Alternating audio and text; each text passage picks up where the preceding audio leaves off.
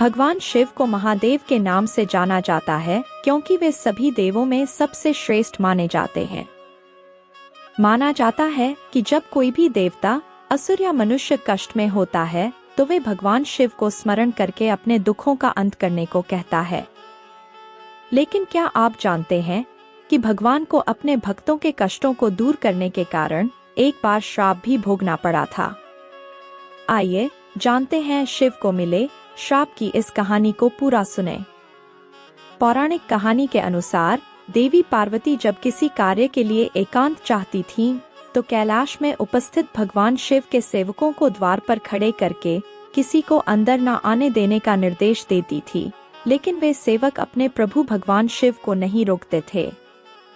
इस प्रकार अपनी आज्ञा की अवहेलना देखकर देवी पार्वती ने मिट्टी से एक द्वारपाल बनाया जो केवल उनके निर्देशों का पालन करे, लेकिन देवी पार्वती के ममतामयी हृदय के कारण वो द्वारपाल एक शिशु जैसा प्रतीत होता था। इसलिए देवी पार्वती ने उस शिशु का नाम विनायक रखकर उसे अपना पुत्र मान लिया। जब पार्वती जी स्नान करने के लिए गईं, तो वे विनायक को द्वार पर खड़ा करके कहकर गईं कि वह किसी को अंदर न आने दे। अभी अभी धरती पर प्रकट हुआ विनायक किसी भी बात से परिचित नहीं थे। वह भगवान शिव को भी नहीं जानता था। इसलिए जब भगवान शिव देवी पार्वती से मिलने के लिए उनके कक्ष की तरफ आए तो विनायक ने उन्हें रोका और बार बार आग्रह करने पर भी भगवान शिव को अंदर नहीं जाने दिया। यह देखकर भगवान शिव को इस अपरिचित बालक को देखकर बहुत क्रोध आया। उन्होंने बालक की हठधर्मिता के कारण अपना त्रिशूल चलाकर उस बालक का मस्तिष्क काट दिया। इसके बाद देवी पार्वती के क्रोध और विलाप के बाद भगवान शिव ने पुनः उस बालक में प्राण डाले और उसे गज का सिर लगाया गया। इस कहानी को ज्यादातर लोग जानते हैं, लेकिन क्या आप जानते हैं कि भगवान शिव को एक महान ऋषि ने श्राप दिया था, जिस कारण श्राप के प्रभाव ने समय को कुछ इस गति से आगे बढ़ाया कि एक दिन भगवान शिव ने अपने स्वयं के पुत्र का सिर काट दिया। ब्रह्मा वैवर्त पुराण के अनुसार महादेव को कश्यप ऋषि ने श्राप दिया था। ब्रह्मा वैवर्त पुराण के अनुसार माली सुमाली नाम के दो राक्षस थे। वे दोनों भगवान शिव के भक्त थे। एक बार दोनों भगवान शिव की शरण में आए और सूर्यदेव की निंदा करने लगे। उन्होंने कहा कि अपनी राशि में सूर्य के नकारात्मक प्रभाव के कारण उन्हें शारीरिक कष्ट उठाना पड़ रहा है। सूर्यदेव अगर चाहें तो उनके कष्ट को कम कर सकते हैं। उन्होंने भगवान शिव से सूर्यदेव को उन्हें कष्ट न देने के लिए कहा। भगवान शिव सूर्यदेव को समझाने के लिए पहुंचे, लेकिन सूर्यदेव ने कहा कि माली और सुमाली शिव भक्त जरूर हैं, लेकिन वे क्रूर राक्षस हैं और उन्हें अपने कर्मों का दंड मिल रहा है।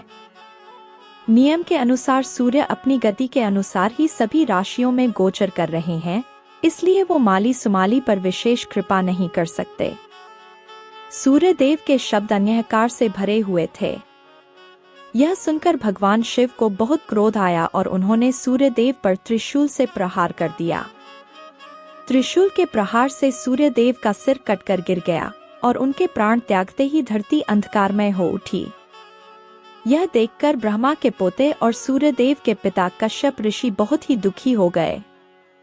अपने पुत्र का सिर कटा देखकर कश्यप ऋषि का दिल पीड़ा से इतना भर गया कि उन्होंने महादेव से कहा कि जिस तरह आज एक पिता होकर उन्हें अपने पुत्र को ऐसी स्थिति में देखकर इतनी पीड़ा हो रही है, एक दिन महादेव को भी अपने पुत्र को इस स्थिति में देखने की पीड़ा उठानी होगी और पुत्र को पीड़ा देने के उत्तरदायी स्वयं महादेव ही होंगे।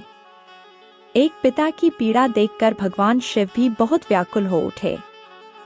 तब सभी देवताओं ने भगवान शिव से प्रार्थना की कि बिना सूर्यदेव के पूरी धरती अंधकारमय हो जाएगी और पृथ्वी पर जीवन ही संभव नहीं हो पाएगा।